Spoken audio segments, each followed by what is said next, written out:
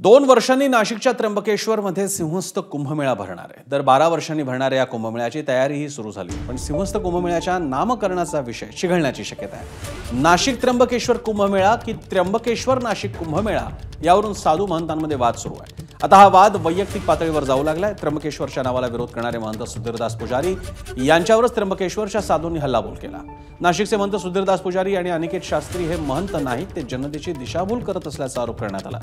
यावर सुधीरदास पुजारी यांनी आपली भूमिका मांडली, तर अनिकेत शास्त्री आज आपली भूमिका पुराव्यानिशी मांडणार आहेत। कुंभमेळा त्र्यंबकेश्वरमध्येच भरतो, नाशिकच्या साधूंना अभ्यासाची गरज असल्याचा टोला पंडित मयुरेश दीक्षित यांनी महंत सुधीरदास पुजारी यांना लगावला। त्याचबरोबर सुधीरदास पुजारी यांनी आखाडा परिषदच अस्तित्वात नसल्याचा दावा केला, त्यामुळे नवा वाद उफाळून आला आहे। त्या प्लॅटफॉर्मवर पाहिलं की अनाधिकृत लोक आलेले होते, त्याच्यामध्ये बाई कोणी साधू नव्हते, संत नव्हते। अहो, तिथलेच राहणारे काही ग्रस्ती लोक, त्यांचे मुलं बाळ असे ते संन्यस्त म्हणून येतात, भगवी वस्त्र घालून येतात, कोणी महंत होऊन येतात। एक महंताबद्दल मी त्यांच्या आखाड्याची काल चर्चा केली की अमुक अमुक महंत हे सुधीर पुजारी नावाचे जे आहे हे तुमचे कोणी आहे का?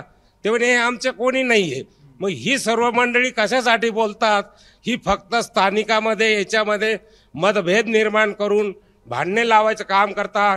कृपया मी त्यांना हात जोडून विनंती करतो, असा कुठलाही प्रकार करू नका।